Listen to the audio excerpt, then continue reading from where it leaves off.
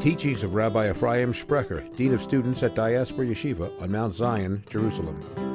It's amazing, the Parsha that we read yesterday, Parsha's Vayikra.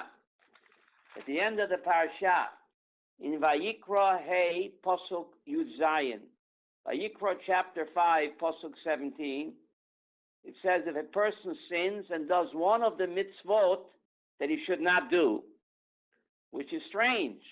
If it's a mitzvah, why should you not do it? He should have said, V'osta achat mikol averot asher lo to'eseno. And he does one of the sins that you shouldn't do, and he has to bring a guilt offering. But it doesn't say that.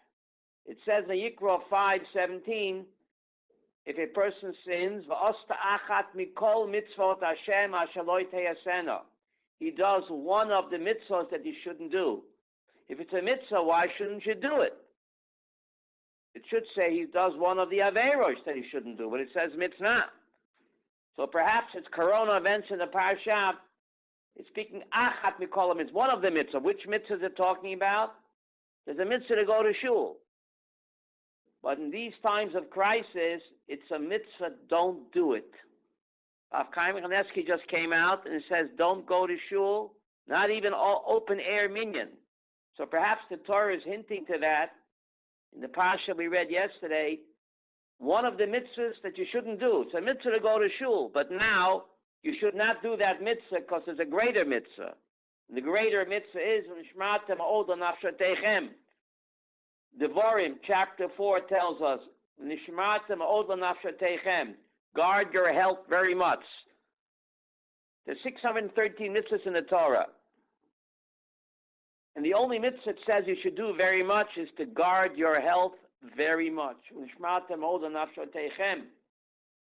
shall guard your health very, very much. And that mitzvah trumps the mitzvah of going to shul. And therefore, this is one mitzvah that you should not do now, is go to shul, daven home, because guarding your health is a mitzvah that you should do very much. Doesn't say the word ma'od by any other mitzvah except guarding your health in Deuteronomy chapter 4. This Shabbat is Shabbat HaGadol, the great Shabbos. Why is this Shabbat called Shabbat HaGadol? There are many explanations. One of them is because the Haftorah that we read from the book of Malachi.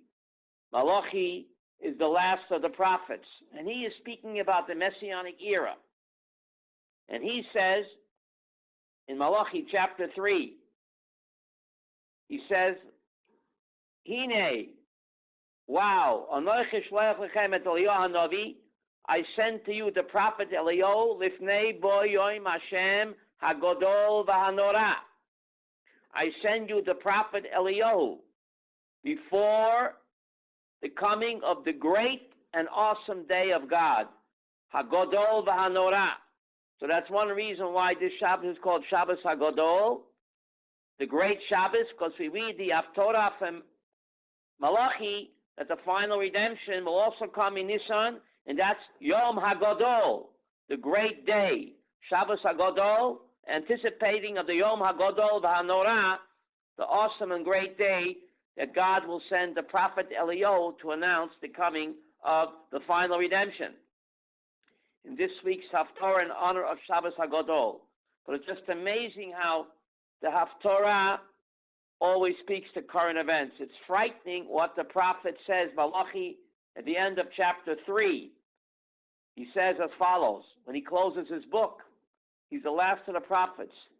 He says, Eliyahu Navi will come to announce the Mashiach, the Heishiv Leiv Avot Al Banim, and he will bring back the hearts of the parents and the children, the Leiv Banim Al Avotam, and also rehabilitate the children with their parents, no more generation gap. And then he says something incredible. This is Malachi chapter 3, Pasuk 24. At the end he says, Pen Avo Yiketi as Ores Becherem. He says, right before Mashiach comes, God says, perhaps I will come and I will smite the earth with a plague. That's incredible. Malachi chapter 3, verse 24. God says Mashiach will restore the generation gap. Parents and children will get together. And then the end of the verse 24 says, perhaps God says, I will come and I will smite the entire earth with a plague. And that's what's happening now. So this is a sign that the Messianic era is about to commence. So let's hang in there and not be afraid. It's all part of the game plan of the great planner, the roadmap to the final redemption. Now I'd like to speak about, may Ashkenazim eat Kitniyot this Pesach. We know Ashkenazim have a minhag not to eat Kitniyot. But what about this Pesach in times of crisis? Perhaps that minhag can be suspended. So it's an amazing Beis Yosef in Orach Chaim Siman Tov Non Gimel. He says that some have a custom not to eat Kitniyot. He calls that a Chumra Yetera. That's an extra strictness, which really doesn't have to be kept. And the Beis Yosef in Orach Chaim Siman Tov Non Gimel quotes Rabbeinu Yerucham, one of the great Rishonim who happens to be an Ashkenazi. And he says the minhag not to eat Kitniyot on Pesach is minhag shtut. I wouldn't dare say that, but Rabbeinu Yerucham says it's minhag shtut. It's a foolish minhag not to eat Kitniyot. And he says people are machmir on themselves, and he doesn't know why. So that's source number one. Source number two is the Yavitz. You have Yaakov Emden quoting his father, the great Chacham Tzvi, also in Orach Chaim Siman Tov Non Gimel. So the Yavitz says in the name of his father, B'shas Chak, in times of crisis. And boy, do we have a crisis. Says Rabbeinu Yavitz, Vada yesh lehatir gam kol hakitniyot. It is certainly permissible to be matir all of Kitniyot. Shefilu Rabbeinu Balaturim Hoy Ashkenazi, even the great Balaturim, who happened to be an Ashkenazi, and in his days, he lived in the 1300s, this minhag, this extra strict minhag began in the 1300s. He didn't care about this minhag.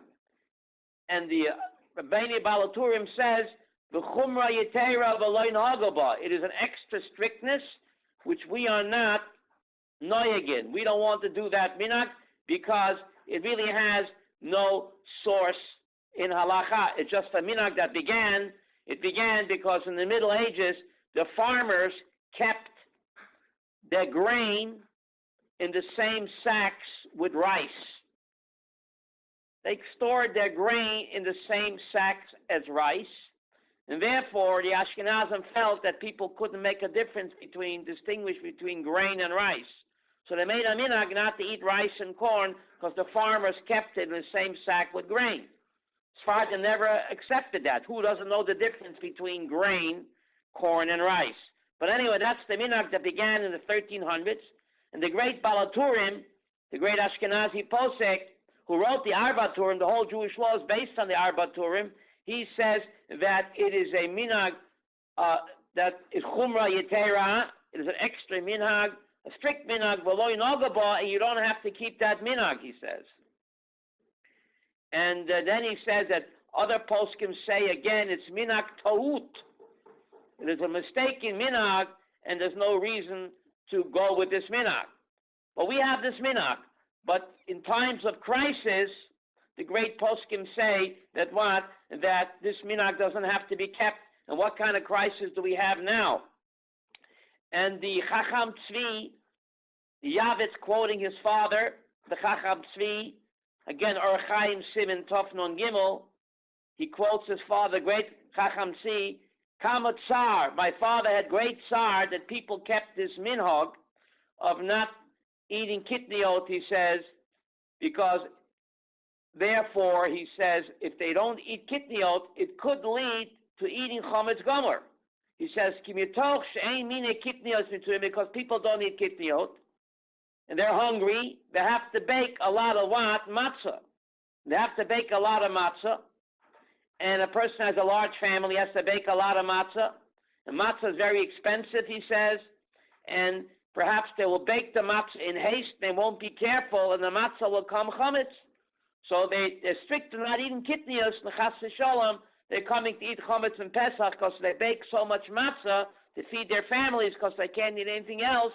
They can't eat rice and corn. And korav hadover shenach sholom b'isser koris rachman l'tzlan. This could eat, if you don't bake the matzah properly, the matzah becomes chametz. And he says matzahs are very expensive and people can't afford it. Therefore, he says, the Chacham Tzvi and the Yaakov Emden, great Ashkenazi poskim, he says that he wishes that this minhag would become mevatel. But anyway, in times of Shas HaChak, which we have now, the poskim say that this minhag doesn't have to be kept. The Yavitz, Yaakov Emden, Chacham Tzvi, great Ashkenazim poskim, and the Chassam Sofer. And the Aruch HaShulchan, great Ashkenazim poskim, say that since Kitniyot is only a minhag, during times of crisis, as we have now, when there's a possible food shortage, it would be okay for Ashkenazim to eat Kitniyot. I'm not paskening, I'm just giving you the sources. The Chassam Sofer, the Aruch HaShulchan, the Beis Yosef, Orach Chaim Siman Tov Nun Gimel, the Bnei Yerucham, and the Yavitz, the Chacham Tzvi, these great Ashkenazim poskim all say that the Shas HaChak, since not eating kitniyos is only a minhag, this minhag doesn't have to be kept. The Shas HaChak, the Shas HaChak means in times of crisis, and could there be a greater crisis than what is going on today?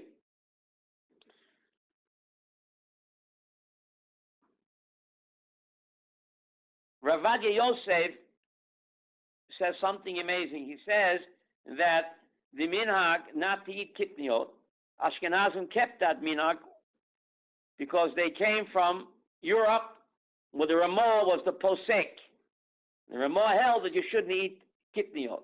But since Jews living in Eretz Yisrael, the Maran over here is the Beis Yosef, and the Beis Yosef said that this minhag doesn't have to be kept. So Rav Yosef felt that even Ashkenazim who live in Eretz Yisrael, the posek in Eretz Yisrael is Maran Beis Yosef, and he held that this minhag doesn't have to be kept, even Ashkenazim, if they come to Eretz Yisrael. The famous story about Rav Kook, the chief rabbi of Rehovot, he wanted to eat kitniyot, so he came to Rav Yosef. Rav Yosef told him, listen, you're an Ashkenazi. Ashkenazim say kitniyos. We Sfardim say katniyot. If you stop saying kitniyot and say katniyot, then you will be permitted to eat katniyot. Because now you follow the minhag of the Sfardim. The Moran Beis Yosef is the posek here in Eretz Yisrael. And therefore, Rav held that, so a lot of Ashkenazim won't accept that. But again, the Shas HaChak, which we are in now, the great Ashkenazim poskim like Yaakov Emden, Chacham Tzvi, the Chassam Sofer, and the Aruch HaShulchan, all Ashkenazim poskim say that in times of crisis, this minhag of not eating kitniyot does not have to be kept.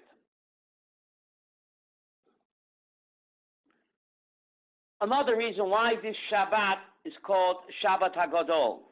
Why is this Shabbat called Shabbat HaGadol? A Jew answers a question with another question. Ma nishtana Pesach mikol hachagim. Pesach is the only chag which is called Shabbat. No other chag is called Shabbat except Pesach. In Parshas Emor, the Torah calls Pesach Shabbat. In Parshas Emor, Vayikra 23, Pasuk 15, says, "Usfartem lechem mimochrat haShabbat." You shall begin counting the Sphira from the tomorrow of Shabbat. When do we be counting the Sphira? In this case, Shabbat means Pesach. We begin counting the Sphira on the next day of Pesach. And here the Torah calls Pesach Shabbat. The Torah calls Pesach Shabbat. So you might think, if that's the case, if Pesach is the only Chag that's called Shabbat, perhaps it has the same Kedusha as a regular Shabbat. After all, the Torah does call it Shabbat. So therefore, the Shabbat before Pesach is called Shabbat HaGadol. That even though Pesach is the only Chag that's called Shabbat, but the regular Shabbat is still greater. So to make a difference, to distinguish between the Chag that's called Shabbat Pesach in Vayikra 23:15 and the regular Shabbat, so the Shabbat before the Chag that's called, before the Chag that's called Shabbat is called Shabbat HaGadol, to distinguish between the Chag that's called Shabbat and the regular Shabbat. The regular Shabbat is still greater than the Chag that's called Shabbat, so therefore the Chag before Shabbat is called Shabbat HaGadol. So the question is, why is Pesach the only Chag that's called Shabbat? Madua v'lama? The Maral Miprak says something incredible. He says, the Gemara in Shabbat, page 119 says, whoever makes Kiddush on Friday night, all of the sins are forgiven. Why? The Pasuk Nishayo, chapter 6, your sins are forgiven. Shabbos, page 119. Whoever makes Kiddush on Friday night, all of his sins are forgiven. Why? So Maral Prague says something amazing. When we make Kiddush on Friday night, we are testifying that God created the universe in 6 days and he rested on the seventh day. When we make Kiddush, we become God's witnesses. We testify for him that he created the world in 6 days and rested on the Shabbat. But the Talmud in Sanhedrin and the Rambam rules that Rasha Pasal Yedut, someone that's wicked, his testimony is invalid, cannot be accepted. So we're going to be God's witnesses when we make Kiddush on Friday night that he created the world. But if we are Rishayim, God forbid, if we are wicked, then our testimony is invalid. And we know God follows his own rules in the Torah.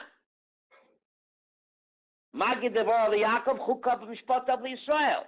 The pasuk in the Tehillim that God follows his own Torah. So if the Torah teaches that a wicked person is not able to testify, his testimony is invalid. So if we are wicked, so how could God accept our testimony? So therefore, when we make Kiddush on Friday night, since we're testifying for God, he created the world, he has to forgive us. Our sins have to be forgiven. Otherwise, our testimony would not be valid. So that's the Gemara in Shabbos, page 119. So we make Kiddush on Friday night, we're testifying that God created the world. So why is Pesach the only Chag that's called Shabbat? Says the Maral, when you make Kiddush on Friday night, you're testifying that God created the world. But when you make Kiddush on Pesach night, you're testifying that God created the Jewish people. When were the Jewish people created? The night of the Exodus. So when you make Kiddush on Friday night, you're also testifying for God. Not that he created the world, that's Friday night. But every Pesach night, when you make Kiddush, you are testifying that God created Am Yisrael. The Jewish people were created on Pesach night. So you make Kiddush on Pesach night, you're also testifying for God, that he created the Jewish people. And therefore, Pesach is called Shabbat. The same koach of forgiveness that Shabbat has, Pesach has. And therefore, Pesach is the only Chag that is called Shabbat. Because Pesach, we testify that God created Am Yisrael, whereas Friday night we testify that God created the world. Both are testimony. And therefore, Pesach is the only Chag which is called HaShabbat. Thank you very much. For more of Rabbi Sprecher's teachings, visit rabbisprecher.com.